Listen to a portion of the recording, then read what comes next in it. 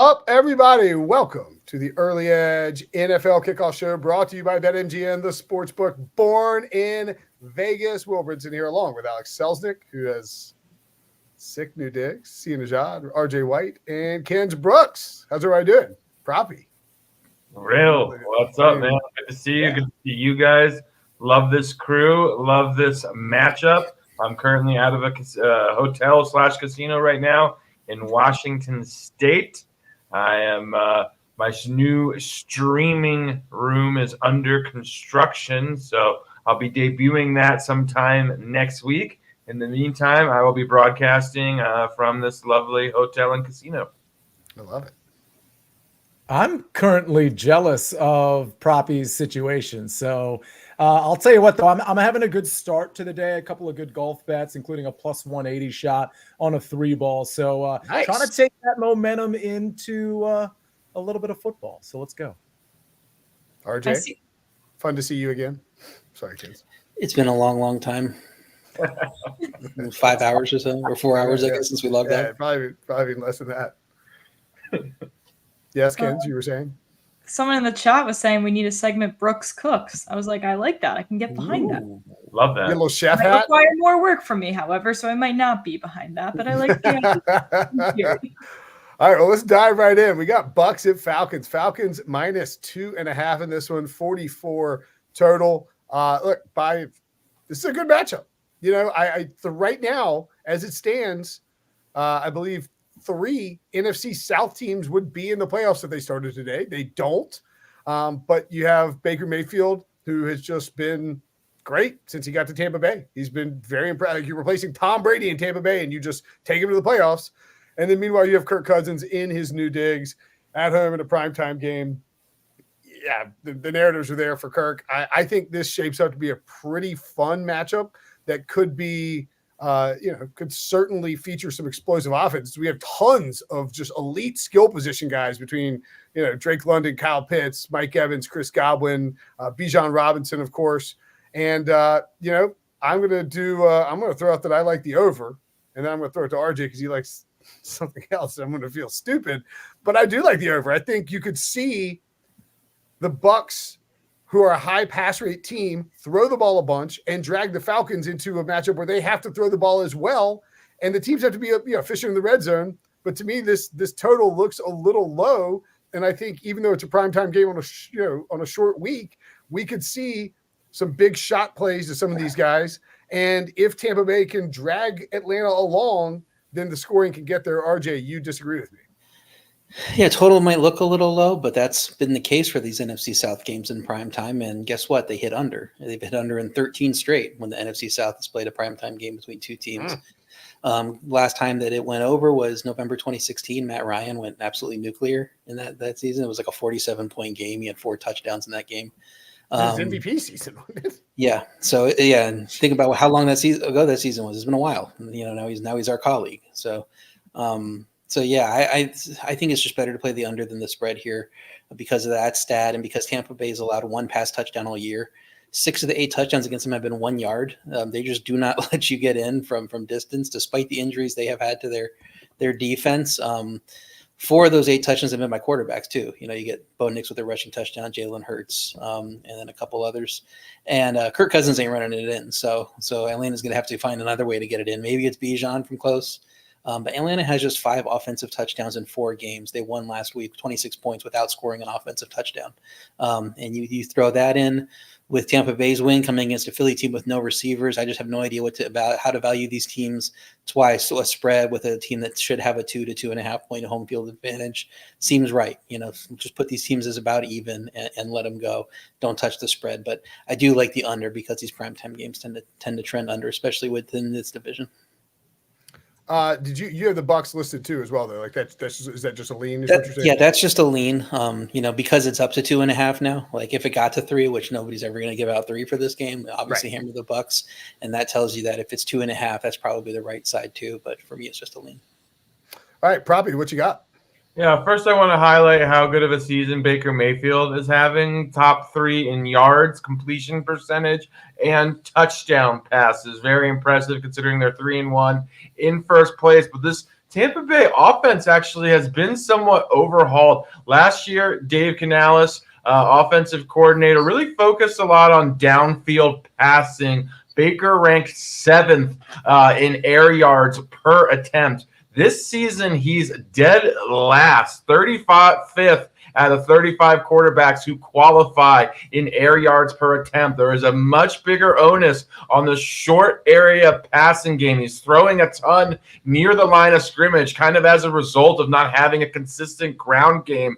Tampa Bay is really utilizing short area passing. As a result, Tampa Bay has the lowest ADOT of any team. Their average depth of target is the lowest in the NFL. We're seeing a lot of passing volume, and the success rate, their 10th in success rate. Obviously, things are going well. I believe they're top 10 in points per game as well. But we're not seeing the same Tampa Bay offense, albeit still very efficient, that we saw last season. So while there is a ton of passing volume, I do tend to lean under because I feel like a lot of that volume are short completions. That's kind of serving as a de facto run game.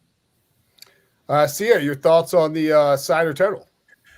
Yeah, I kind of lean with you, Will, on the over here. And I understand. I mean, I think RJ White's argument is compelling. But, I think these offenses are starting to sort of find themselves as we go week by week, now in week 5. And I understand this is a short week and it's a your classic primetime under spot. But I do think we're going to see better offense from the Atlanta Falcons. And we've seen from Baker Mayfield and company that they can push the ball down the field. Now, to Proppy's point, they might not be pushing it downfield via like big ADOTs with the receivers and the quarterback, but I do think they're going to be able to move the ball. I do think Bucky Irving's going to be a spark for this offense. I think he's going to be very efficient. And I think, at this point, I'm not looking at Bucky Irving overs anymore because I think the market has sort of taken care of the good numbers there. But I think both teams will be able to move the ball. When this was 43.5, I really liked the over because, 24-20 gets you there. I still kind of like it at 44. And for the record, it's not an official play. It was almost an official play. I like the Bucs here, and I would not hesitate to buy the half a point and just pay the -130 personally. I like the +2.5. I like the Bucs money line. I just think these two teams, Falcons are at home. I don't know how big of an advantage that is, but Falcons could be easily 0-4 here, and that's a lot of like if and all that stuff. But the Bucs have looked very good across 4 starts. So in the beginning of the season, I didn't think the Bucs were going to be that good, but it's enough of a sample size for me to tell myself I'm probably wrong on that. They're better than I thought. They should not be getting 2.5 points here. Kens, I know that I think I saw you tweet out something like "Happy Bucs money line Thursday." Does the model agree with your personal take that the Bucs are going to win this game? Yeah, well, it agrees with the logic behind it. If we make it a lot of the times we do this, if we have it as a 1-point game, you might as well take the plus money with the slight underdog here. This is like a low. This is probably a 23.2 versus 22.5 or 4 in the model. Like it's a very, very close game. And like you guys were mentioning, like there's so many ifs or ways this game could go. One of these teams is not that much better than the other one here. And to me, I've been saying this on air all day. At some point, we do just have to admit the Tampa Bay Buccaneers are a good football team. And I know they're not the sexiest team to root for and the most fun, but they are playing great football. Like RJ was saying, they are not letting people in the end zone either. The defense is great. I think Bucky's been great. Baker is going to be comfortable in the pocket. The Falcons have had 2 sacks all year total. So the thought of him being comfortable in the pocket, having his weapons, Mike Evans not really showing any type of decline. I think just based off not feeling strongly one way or the other, why not take the plus money? All right, let's look at inactives. From I think Trey Palmer and Jalen McMillan, Antoine Winfield, not a surprise there that he's out. But Trey Palmer and Jalen McMillan make a big difference because they're talking about the 3 and 4 wide receivers for the Buccaneers. And then on the other side of things, shout out my boy Kentavious Street. Just because he's inactive, but just love Kentavious Street. Not a ton of insane names there for the Falcons. There's one big one though I want to point out. It's Troy Anderson. Last week he had 17 tackles. Had that touchdown return. It wasn't like he made an amazing play. I think it was a deflected interception. He hauled in and then ran down. So great play by him. But that's a big loss for them in the middle of that defense. A guy that was racking up all those tackles. Yeah, go ahead, Robbie. Somewhere the IDP king, Larry Hartstein, a.k.a. the Maestro, one single tear just rolled down his cheek when he saw that Troy Anderson. Yeah, he had a Troy Anderson prop bet like recently, I think, didn't he? When you look at this proppy and you see these inactives on the Tampa Bay side, does that give you some like an edge at all in terms of just like missing McMillan, missing Palmer? Does that give you an edge at all in looking at their wide receiver group, or are there any other player props you would lean towards? Yeah, so nothing as far as the wide receiver is concerned. They have a pretty condensed target distribution. It's obviously the Chris Godwin and Mike Evans show. So part of that effect of Liam Cohen, the new offensive coordinator, we've really seen a shift. Last year we saw Mike Evans really serving as that number one primary target for Baker Mayfield. Now it's been Chris Godwin. He ranks top 5 in basically every receiving category. He looks healthy. He's playing primarily out of the slot. A healthy Chris Godwin is truly one of the best slot receivers in the NFL, and we're seeing him as that primary target, and this how effective this Bucs offense has been. One guy I want to mention who's coming off of 2 strong performances is Cade Otton. I could see additional targets for Cade Otton. He's had back-to-back at least 8 targets in the 2 previous weeks, all very shallow too. So I'd look to attack him from a volume-based standpoint. He has a reception prop of 3.5. Without those 2 receivers, Palmer and McMillan, we could see Cade Otton really serving as that third guy for Baker. And again, number 1 in pass rate over expected. This Tampa Bay team is just airing the ball out a ton. They don't have a consistent running game that they can count on. So as a result, they're really utilizing their guys near the line of scrimmage in place of that running game. So I like Cade Otton as a potential beneficiary of those 2 wide receivers being out tonight. And do you have actually 2 plays you want to give out to while we got you here in terms of player props? Indeed. So speaking of Baker Mayfield, I'm going over 22.5 completions. He's gone over this in 3 of 4 games so far this season. Again, the Liam Cohen effect of this Tampa Bay offense. They are dead last in average depth of target. That is by design. That is not a mistake.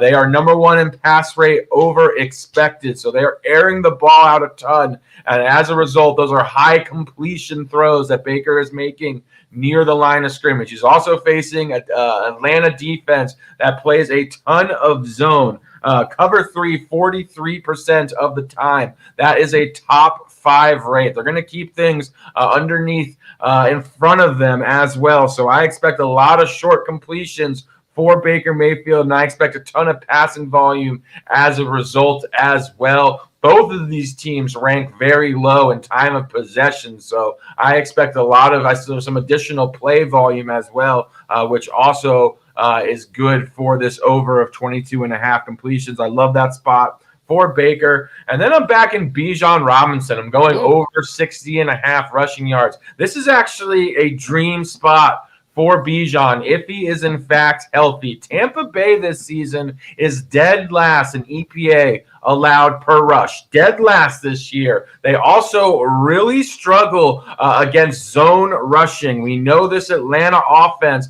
They do as much zone rushing as any team in the NFL. If we look at the splits of zone versus gap rush defense for Tampa Bay, they are much better against gap rushing, more power rushing. They really struggle against zone rushing. So this is a spot where Bijan could go absolutely wild if he's healthy. He was on the injury report, got in the full practice, was removed from the injury report. So I am confident that he's healthy. But if he gets the full workload tonight, he could really have a massive game. So I love Bijan as well, over 60.5 rushing yards, in addition to Baker Mayfield over 22.5 completions. My fantasy team would greatly appreciate Bijan Robinson. You know, what's it like the meme where it's like poke it, like do something. You know, like I mean, like he's had like chances to really like get in there, it just hadn't happened. Sia, what do you like from a player prop perspective tonight, and or what's the official Sia ladder play of the evening? Oh, right. The latter play of the day. So I'll start with my official play first. You might have heard this on the early edge from Zach Simony, and this line is dropped. I think when he gave it out, it was a couple yards, even more than this. But at BetMGM right now, you can get Sterling Shepard over 19.5 receiving yards. Wow. So This is a bit of a process of elimination play, kind of just doing quick math. I mean, we know Godwin and Evans are going to soak up most of the yards. Baker is slotted for 240 yards, depending on where you look, 235 to 240 passing yards. And I just don't know where the other yards are going. Obviously, Cade Otton, Rashad White, maybe Bucky Irving get involved a little bit. But with all the injuries, I think Sterling Shepard's going to be on the field quite a bit. And frankly, I'm kind of hoping for this play that I'm wrong about the Buccaneers winning this game or winning on the money line, because I wouldn't mind a negative game script. But we saw Sterling Shepard emerge from what most people thought was retirement, right? Because he's had these horrific injuries, this horrific injury luck, and he pops up on the practice squad. Then he pops up on the active roster, gets thrown to a few times last week. And again, by process of elimination, I think this guy's just going to be on the field. And if you want to take a walk down Narrative Street with me, I think most people know that Sterling Shepard and Baker Mayfield played at Oklahoma. They care a lot about each other. They're good friends. And I think on this featured game, it's very possible, if not likely, that these two talked about really, like on certain routes, really hooking up. And on 19 and a half receiving yards, it's pedestrian. It's 2 catches. It's maybe 1 catch. Give me Sterling Shepard's over. 20 yards or over is what I'm taking here. I dig it. RJ, player prop for you. Yeah, we're going to go with the man of the moment right now, Bucky Irving. Everybody expects him to see more work than Rashad White. There are reports that he's going to be more involved in this offense, and the prop market reflects it. He's lined higher on his yards and his rush attempts. So I think he's going to have more opportunity to break a long one, which he has done. So I'm going longest rush over 13 and a half yards. He has 3 carries over 13 yards against 3 different teams, including a very good Broncos defense.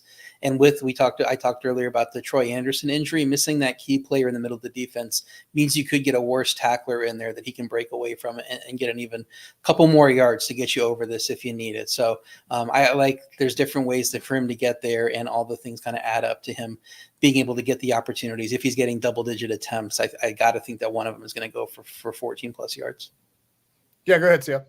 Well, I forgot to mention the ladder play of the day. Oh, yeah. And, this one isn't as fun as some of them, because typically with the ladder play of the day, I'm looking for a burner that doesn't get a ton of targets. So his line is already set at, let's say, like 26 and a half or something, or maybe even lower, but we know he can get a deep shot and get to 60, 70. We don't really have that in this game. A lot of the reason for that is the injuries, right? Trey Palmer, Jalen McMillan, those would be great candidates for this.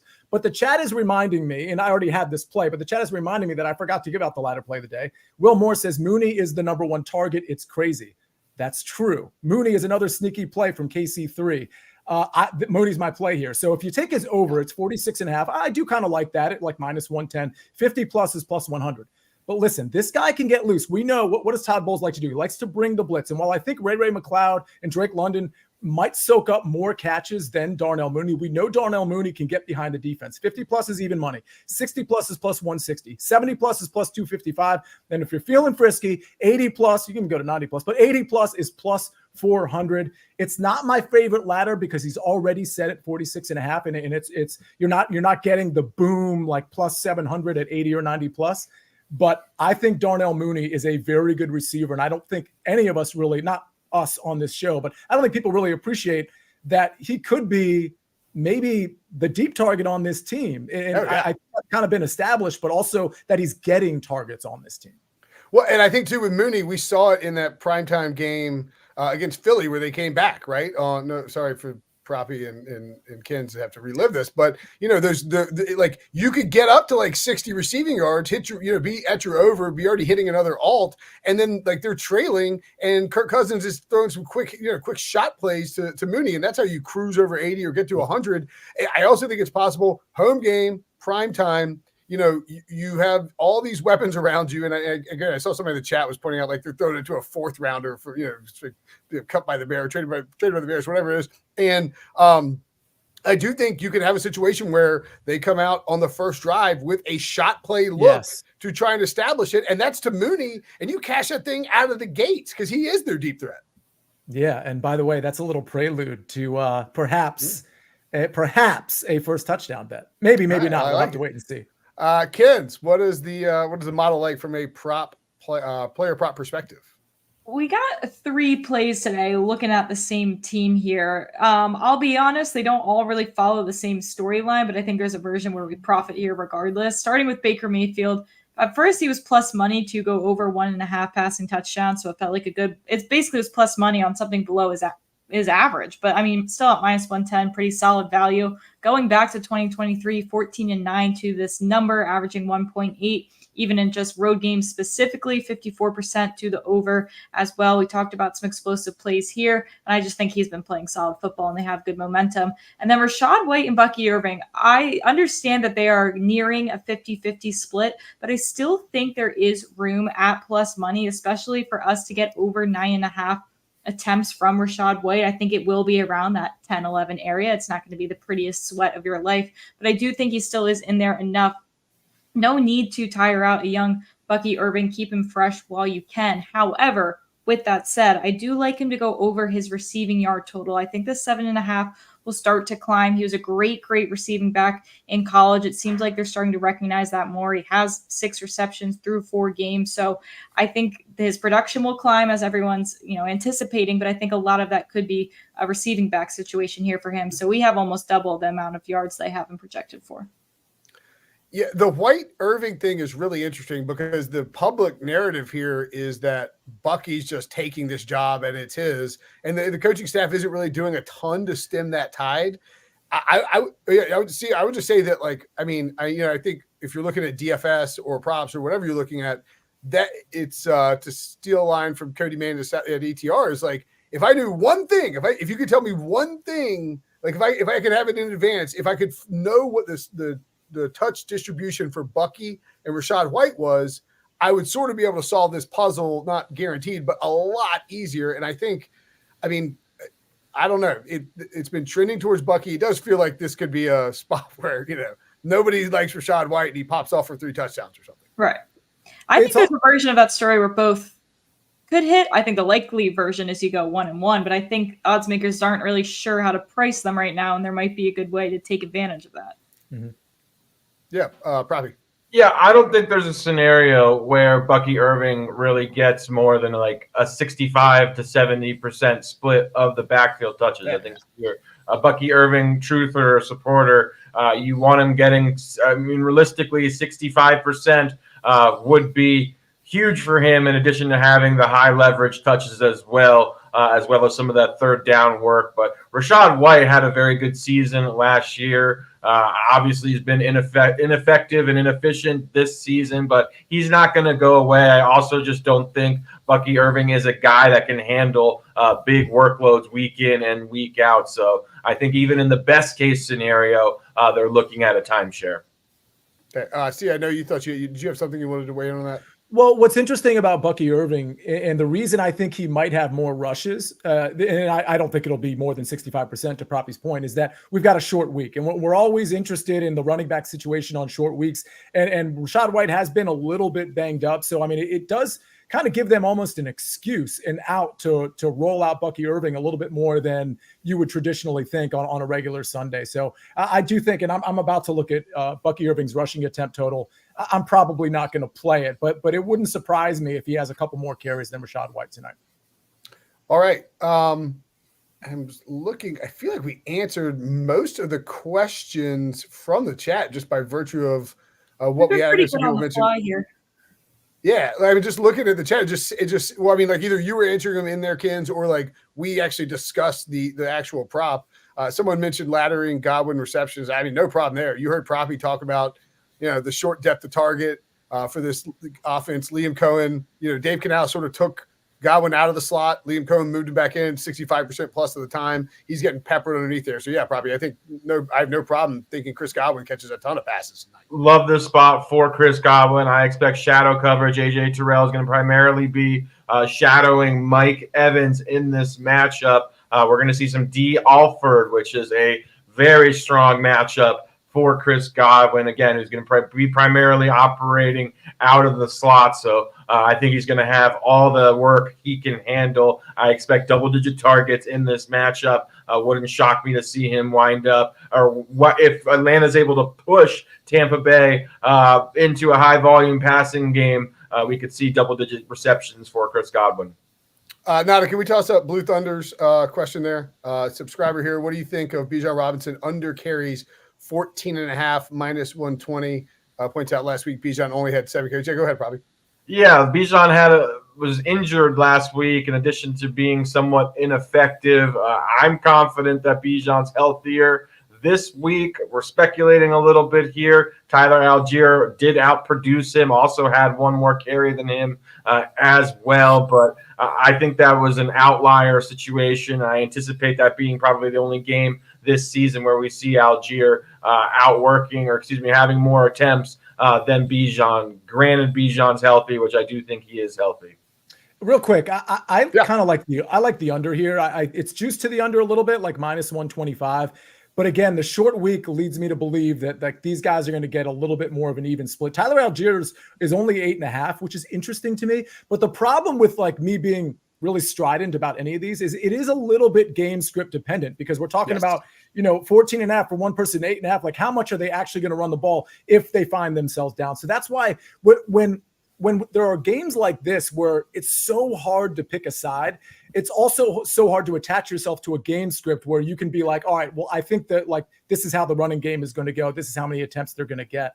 So I would actually lean to the under either way on Bijan Robinson. I would lean to the over on Tyler Algier. And for the record, Rachaad White's and Bucky Irving's rushing props are both 9.5. However, Rachaad White is shaded to the under and Bucky Irving is shaded to the over. I think that's how it should be. One more point on Bijan real quick. So Vita Vea getting healthier now in the middle of that Bucs defense. And remember last week, the Falcons lost Drew Dahlman, their center, one of the better centers in the league. So if you get a less of a push in the interior, which kind of saw from some of those Bijan runs last week, it's going to make it even harder to have success there against a guy like Vita Vea.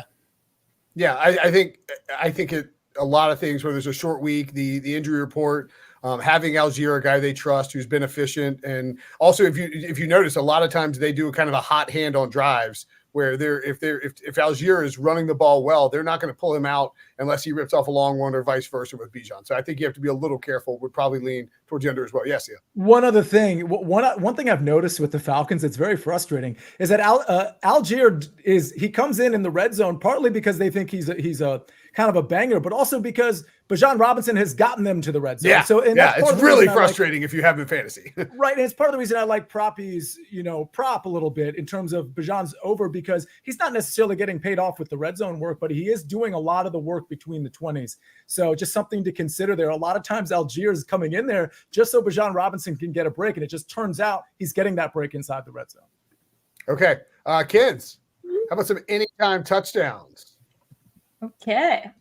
All right, let's get into it. We got Mike Evans here. Again, I was talking about it earlier. Just feels like he's not really set to be on the decline literally anytime soon. So we like him here. A lot of value when you look at him based off the odds makers. Again, we would make that minus 105 compared to plus 135 that you're getting. The issue with Kyle Pitts is, like, I hate to call it he's due, but he does feel due. I mean, he has been just as disappointing as, since he's been a top any player in the NFL over the last 5 years. I mean, it's unbelievable.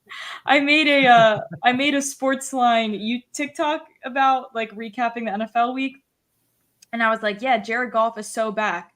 Kyle Pitts is so not back. He actually never showed up, so we were just still looking around to see where he is. Kyle Pitts week is the sports corollary to infrastructure week. You always hear like, this is going to be the week we talk about infrastructure, and this is the week for Kyle Pitts. I'm cheered every single week. Yeah, exactly. Okay, then Drake London, we also like here. It just accounts for 30% of the team's receiving touchdowns. So when you look at the math of that, you are getting good value. Projects to right around 40%, and you're looking at Kirk Cousins, who's his passing touchdown line around 1.5. So I feel like there will be room for him to cook. Had a touchdown week 2, touchdown week 3. So after a pretty large drought prior to that, I'm hoping and believing that there's some chemistry there with Cousins. So this could also be a good value here because we would set it at plus 150.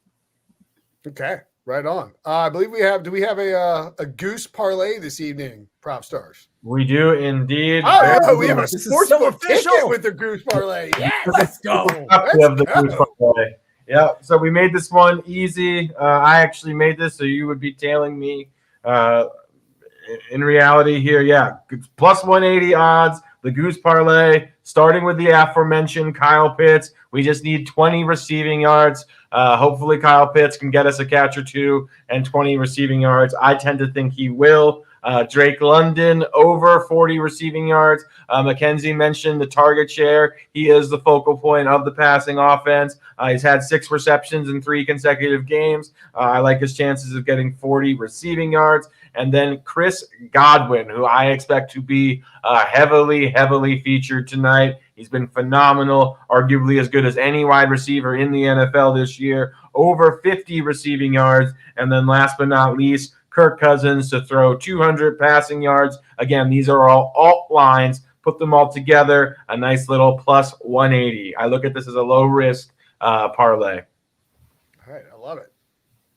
We've all had our first touchdown bet called back before, and BetMGM is giving you a second chance with BetMGM's Pro Football Second Chance. Place any first touchdown score bet. If your player doesn't score first but scores second, get your entire stake back in cash. No opt-in required. Here's how it works. Place a pregame first straight touchdown score bet in any NFL game.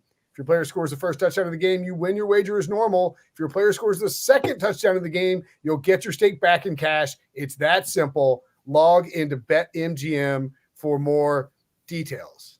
Naturally, we've got to give out our first touchdown scores. I don't recall, did we get anything on Monday? The Titans-Dolphins game kind of broke my brain, I think.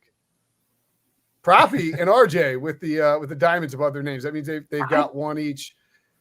I think it's just all been chalk. Like, I really think any game that wasn't under 10-1, someone has hit. We're just not getting games with that situation. Tony Pollard the first score in that game? Is that there was one Proppy and I got. That sounds right, yeah. I mean, that game it does make sense, though, considering we have, like, as soon as the chalk ends, player X through what. So, yeah, if it's not chalk, it's going to be us. It does. I will say that this particular slate, just sort of looking at it and looking at our picks, like, man, I mean, you talk about just two teams that condense onto certain players and certain elite players. And what that does is it prices people out. You get Darnell Mooney, Sia 12-1. Yeah, what's so interesting about this is this morning, the Early Edge Morning Show, by the way, doing well. I noticed Mike McClure's bet, Texas State, has already cashed that first quarter bet. But I kind of gave out Sterling Shepard as sort of an afterthought. Obviously, that's my prop as well. And then I came to the show and I realized RJ White was on it. So I can't take credit for Sterling Shepard because that's not officially my pick. But I just want to say I endorse RJ White's pick, especially since we could cash that and cash my prop at the same time.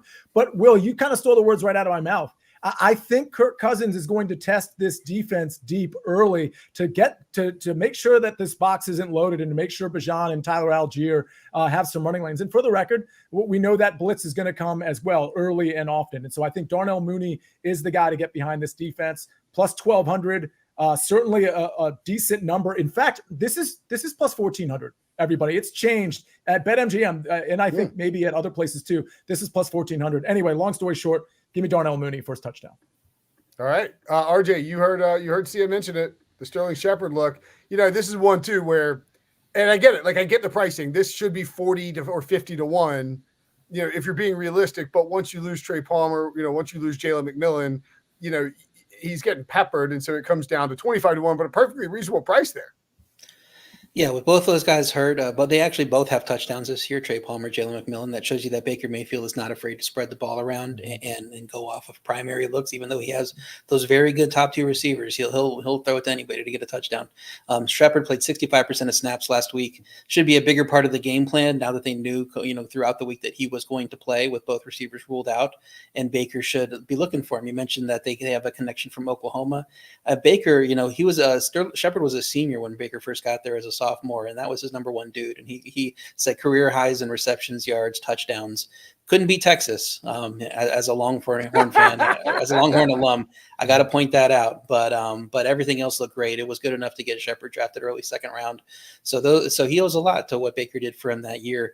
And Baker got him immediately involved when he was on the field last week.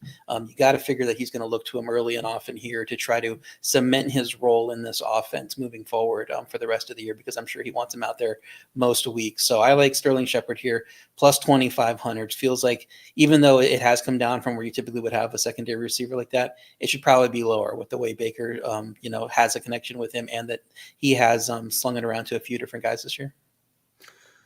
All right, Proppy, you're on Tyler Algier. Again, like a backup running back, 12-1. I would just say maybe these prices are a bit short for for a game of this magnitude.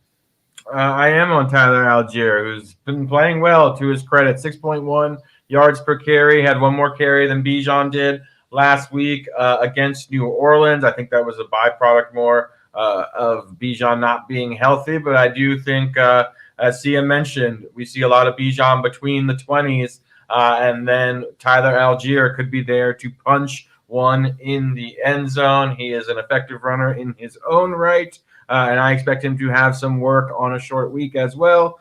So I will take Tyler Algier tonight. And then, Ken, you and I are both going with the Bake Show. I didn't see your. I mean, I think I put mine in. I'm not saying it matters, but I'm not copying your paper. It doesn't matter. You copy me. No, that's fine. I mean, we don't have any diamonds, so I wish. You're the last person I wished was on the same wavelength. That's me right now. I know. Well, I mean, here's my thing: is I just think more so than ever, really in his career, Baker's looking to run down by the goal line. You know, it's been he's done it several times, right? Totally. He's had a rushing touchdown 2 of his last 3 games. He's using his feet. Look, I'm not going to sit here and give you all the deep analytics as why a 22-1 first touchdown is going to hit. However, guy's playing with some good vibes. He's using his feet. I don't think he's scared to have a rushing touchdown. I think they could have the first possession here, take it down the field slowly, and we get a nice rushing tutty, okay? Vibes plays. I just am stunned this is 22-1. I really thought it would be a little bit shorter. Yeah, I did too. Well, everybody's shortened up, so it's kind of hard to even get there. All right. Let's recap our bets. We have, for me, the over 44, Mike Evans over 4.5 receptions, and Baker first touchdown. RJ straight in my face going with the under 44. Bucky Irving longest rush over 13.5 yards, and he's Sterling Shepard first touchdown. Sia on Sterling Shepard over 19.5 yards. Love it. Darnell Mooney first touchdown. Ken's on Baker Mayfield first touchdown, and Baker Mayfield over 1.5 passing touchdowns, along with from the model. We have the anytime touchdowns of it was Pitts, Mike Evans, London, and Mike Evans, right? Yeah, you got him. Yes. Okay. And then Proppy is on Tyler Algier first touchdown. Bijan Robinson over 59.5 rushing yards, and Baker Mayfield over 22.5 completions. All right. Big NFC South matchup. Gonna be fun to watch. Cousins, Mayfield. Excited for it. Thanks for guys. Great show as always. For Kids, for RJ, for Sia, for Proppy. I'm Brinson. Thanks for watching. Thanks for listening. We'll see you guys later.